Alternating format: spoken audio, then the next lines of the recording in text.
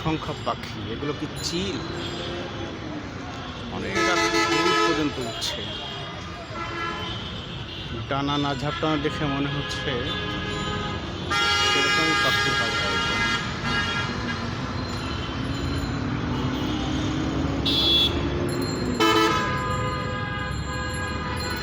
এ